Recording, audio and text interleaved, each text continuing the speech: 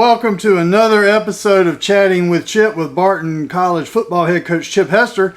I am Wilson Times sports editor Paul Durham. And coach, let's get right into it. Saturday night's game at Davidson.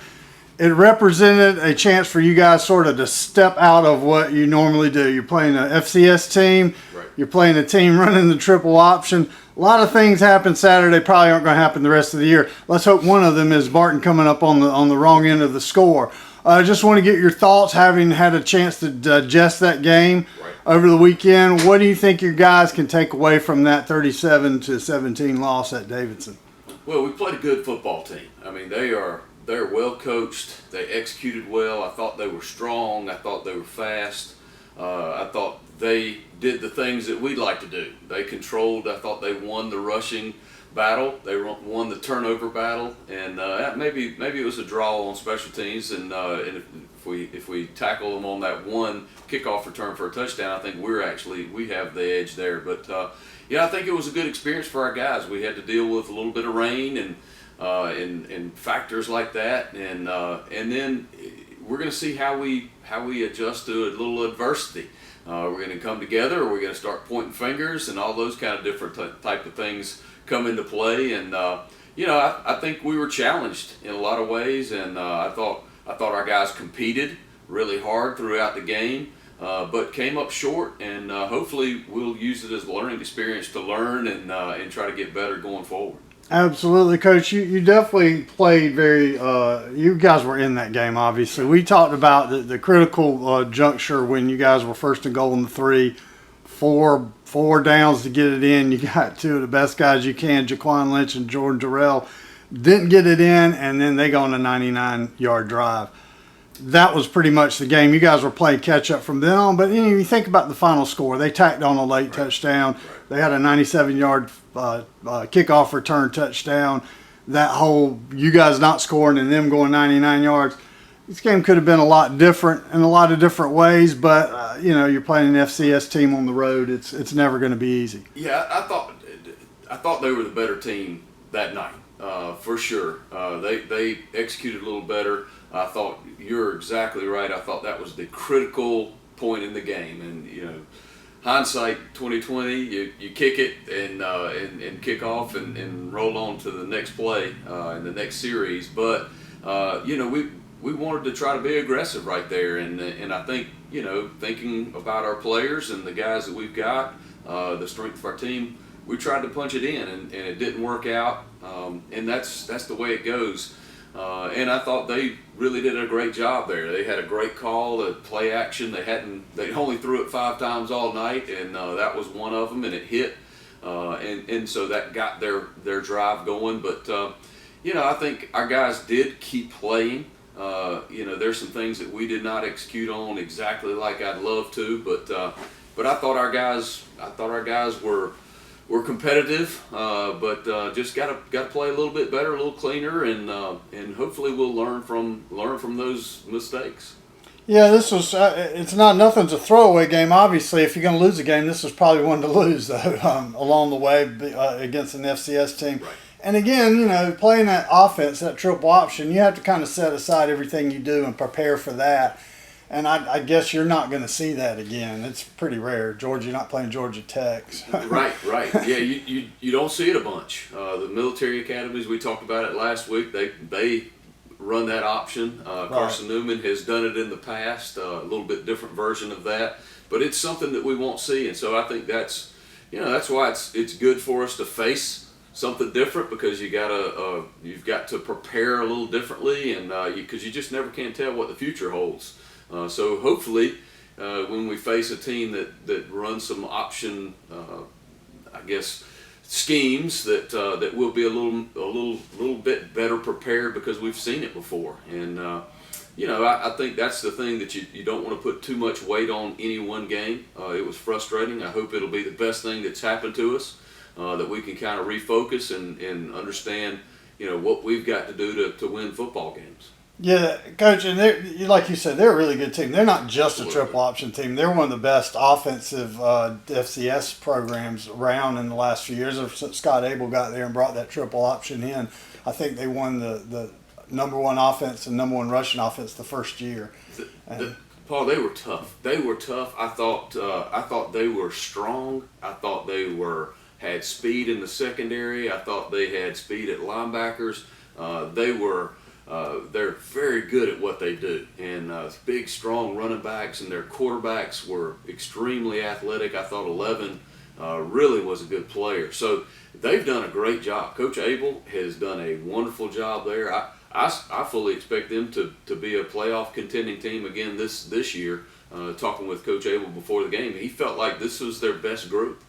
So I think he's got it going, and so we've got to learn from that, see what he's doing well, and we've talked about it with our team. We try to learn every week. We learn from everyone we play what to do, what not to do, and so hopefully we can learn from that loss and the mistakes we made and make adjustments. Well, I learned that Davidson's not just a college where Steph Curry went to play basketball. They have a really good football program there, folks. Absolutely. Moving on, though, let's look ahead because now we're in the real season. The South Atlantic, you guys are associate members. You can play for a championship. You can do all that fun stuff. And you're going back to a familiar place, Wise, Virginia, for UVA-Wise, where you ended last season with a 36-24 win. And just want to get your thoughts real quick about facing them this Saturday. Yeah.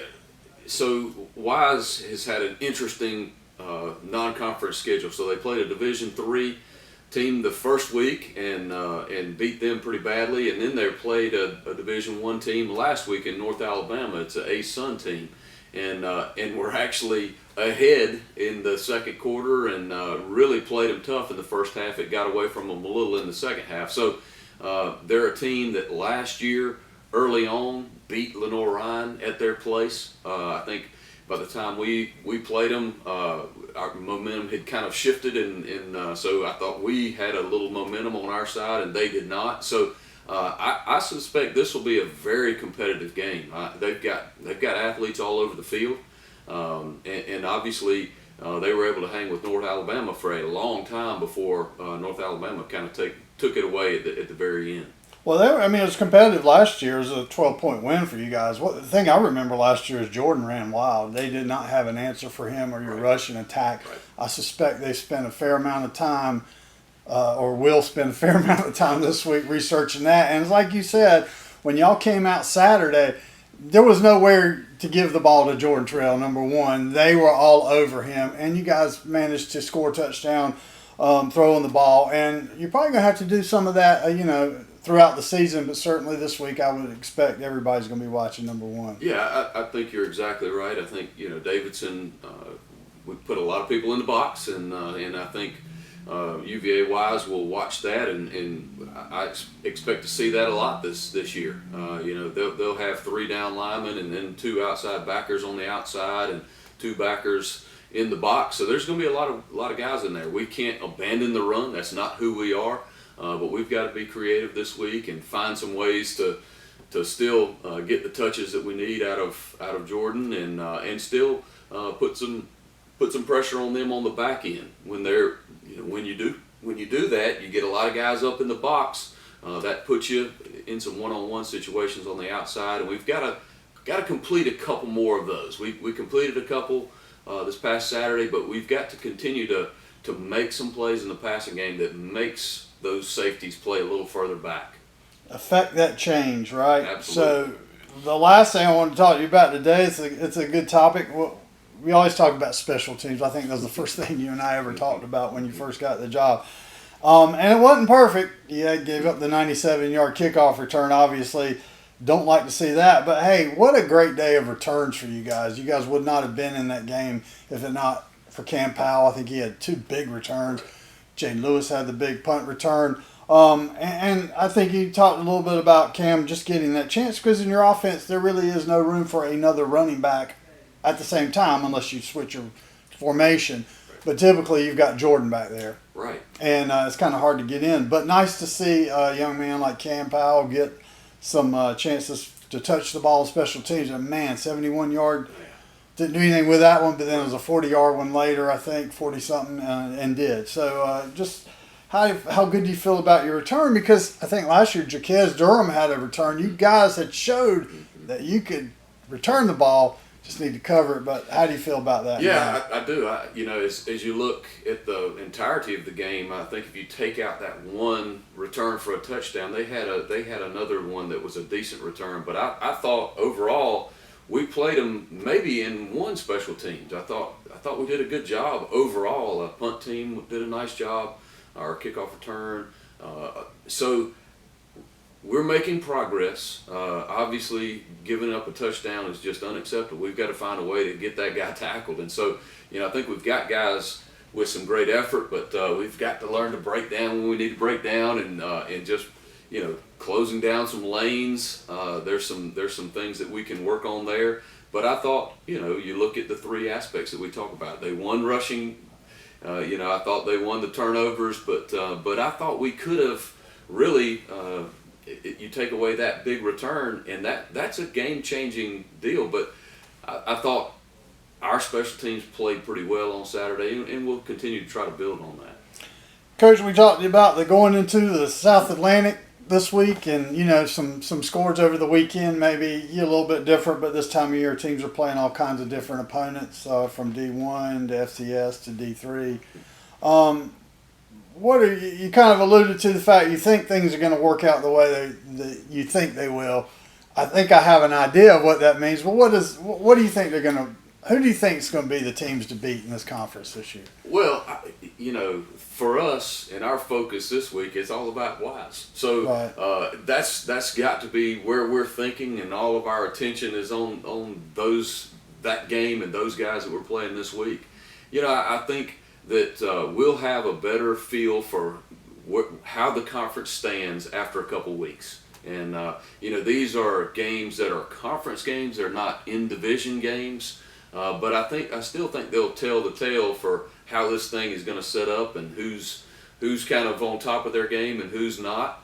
And this game for us is a critical game. We need to respond in a positive way. And, it's not a divisional game. So it really... it counts, but it's not critical for how the new structure works. But I think it's a critical game, and all our focus has got to be on Wise, what they're doing defensively. They do some unique things, and it's a little bit different front than what we've seen. So there's a lot to work on. We'll have to defensively change back our mentality to a little bit more of a traditional offensive attack. So it's a big week for us to make sure that we're focused on the right things, and we've got, structurally and then mentally, we're in a good place that we're locked in and ready to roll this week. Absolutely, Coach, and you completely slipped out of telling me who you think is going to win the SEC, but that's okay. I'll tell you, I think it's going to be Newberry, Wingate, or Lenore-Ryan, and that's probably the easiest, safest guess anybody can make, because those are the top three teams, and they're probably going to be have a say on it. But hey, this conference, you can't overlook Tusculum, you can't overlook Catawba, you can't overlook maybe not even Carson Newman this year. They won the other day. Hey, look, you're rolling through a bunch of names right there. they're a bunch, and I think that's why it's so important. And I know Coach Saban and Bill Belichick get a lot of heat for how they answer questions about being process oriented and things like that. But for our team, it really doesn't even matter.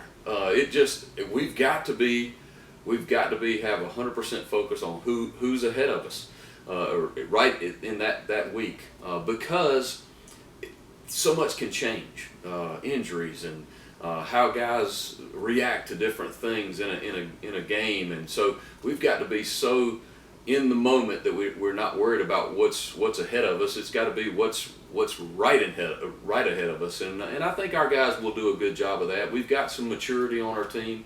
We've got some good team leaders, and so we'll lean on those guys this week to make sure that our young guys are kind of locked in. And this is going to be a battle. This is going to be an all-out battle. I think every game in the South Atlantic Conference is going to be the same way, because there's talent. Everyone's got talent, and if you get a little momentum, you've got a chance in this league. Well, one thing I learned last year following you guys in the South Atlantic is there's a new character showing up every week, and they're all to be respected and feared for one game. Absolutely. At least. Well, this is enough for this week. We'll be back next week to talk about the UVA-Wise game and then the Barton home opener looming the following Saturday, and we look forward to that for sure. Until then, we'll talk to you next time on Chatting with Chip.